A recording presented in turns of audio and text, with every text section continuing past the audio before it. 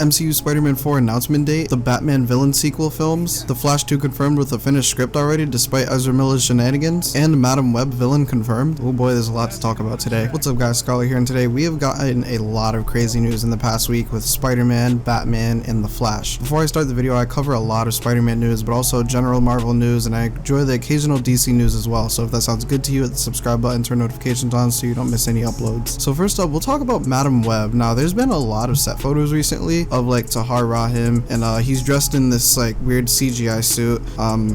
I'm not sure what's going on there, but there's another set photo of him dressed in like just a regular suit, and everyone's speculating that he will be playing Ezekiel Sims and that he will be the villain of the movie. Now, this isn't a very well-known Spider-Man character, go figure, but this might actually not be a bad idea maybe. So Ezekiel Sims went through a ritual that gave him a spider totem and spider powers. So he's Spider-Man without being Peter Parker basically, and when Peter Parker and Cindy Moon were bitten by the same radioactive spider that was radiated by a particle accelerator, Ezekiel contacted Cindy to train her with her newfound spider powers until he realized Morlun was tracking her. Sidebar: Morlun is basically the guy from the Spider-Verse comics that travels the multiverse trying to kill everyone with spider powers, and he feeds on them for energy, if I'm not mistaken. So Ezekiel then locks Cindy in a room where Morlun cannot track her, but he also realized, oh shit, Spider-Man is out there too, and Morlun will be after him as well. So Ezekiel hired people to find out Spider-Man's identity and found out that it was Peter Parker. So he had a talk with Spider-Man a few times, basically trying to tell him, hey look, hide in this room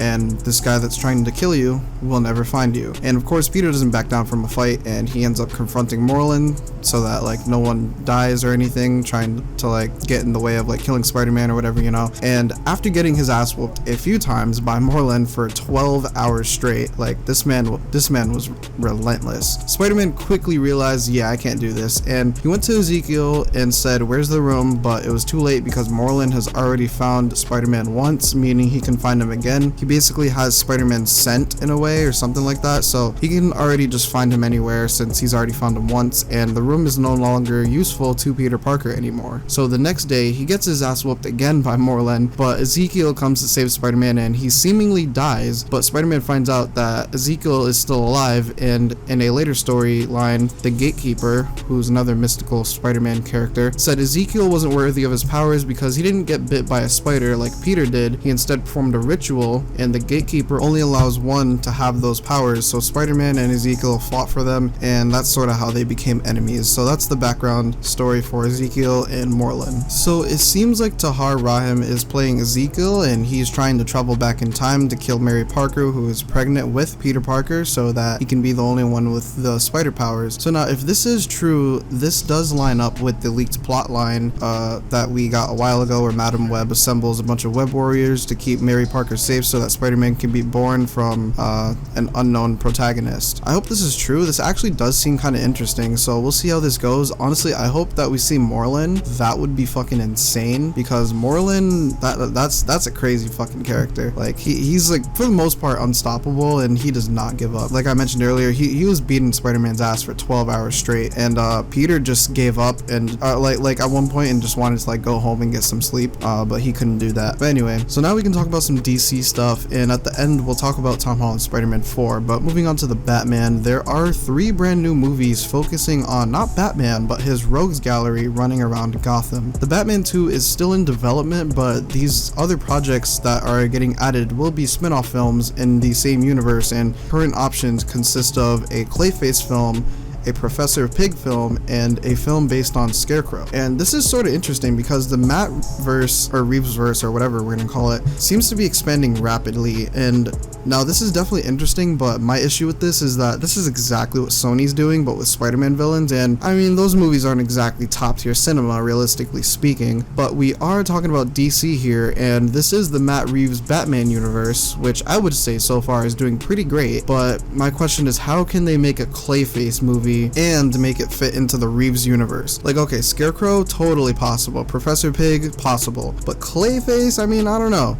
in a way, he is just basically what Sandman is to Spider-Man. So maybe we could have some faith and hope for these films to actually be good, unlike the Sony Spider-Man villain universe shenanigans going on, but we'll have to wait and see how it plays out. But now moving on to The Flash. The Flash movie hasn't even released yet, and there's been so much controversy surrounding the film due to Ezra's shenanigans and things along those lines. But despite that, WB announced that they are already working on The Flash 2, and that they even have a finished script, and it will have Ezra Miller in it as well, apparently at least.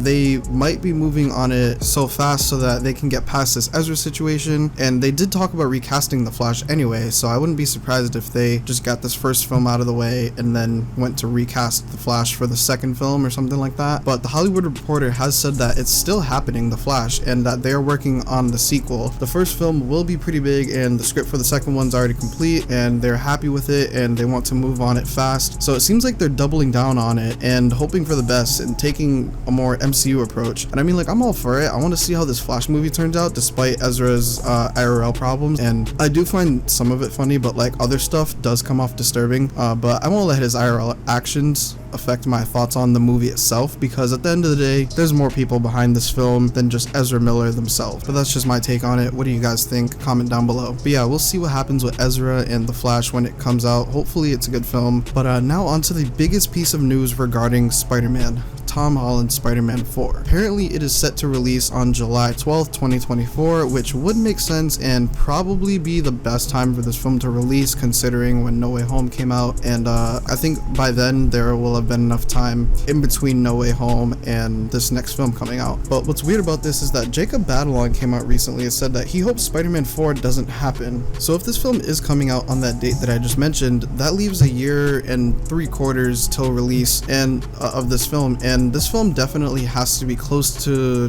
done for pre-production, and this means two things: either this is a rumored release date and isn't true, or that the original cast won't be returning. But I'm leaning more towards the original cast won't be returning, and that's because of, well, what Jacob Batalon said. But also, I made a video talking about a theory of why we most likely won't see Jacob Batalon and Zendaya return in MCU Spider-Man 4, 5, and 6. You can check that out in the cards above. I think it's worth the watch because I think my theory does make sense, and now that Jacob has said this, it seems like they won't be returning, and we may get a new cast of characters in the upcoming MCU Spider-Man adventure. But as always, these are rumors, so take them with a grain of salt. Now onto like a more smaller rumor, but an important one at that. Spider-Man 4 will apparently be connected to Daredevil Born Again. Now this would be so perfect and amazing. Like, there is a perfect opportunity here for Marvel and Kevin Feige, and they would be dumb to not take it. Like it's never been, like, you've never had such a perfect opportunity before. As we know so far, at least, the Spider-Man contract between Sony and Disney allows one MCU character to be used in each Spider-Man film, and Spider-Man can be used in their universe and other films, etc. So this would make so much sense if it were to happen, because Marvel has got the full rights to Daredevil now, and since Spider-Man has now returned to his more street level hero ways, Daredevil is a perfect street level hero for Spider-Man to cross over with, and they do share Kingpin as a villain in the comics, and most likely Kingpin will be the villain of Daredevil Born Again, and hopefully we can see him in Spider-Man 4 as well. Kevin Feige has said that Daredevil will be a bigger part of the Marvel universe and be one of the more central characters.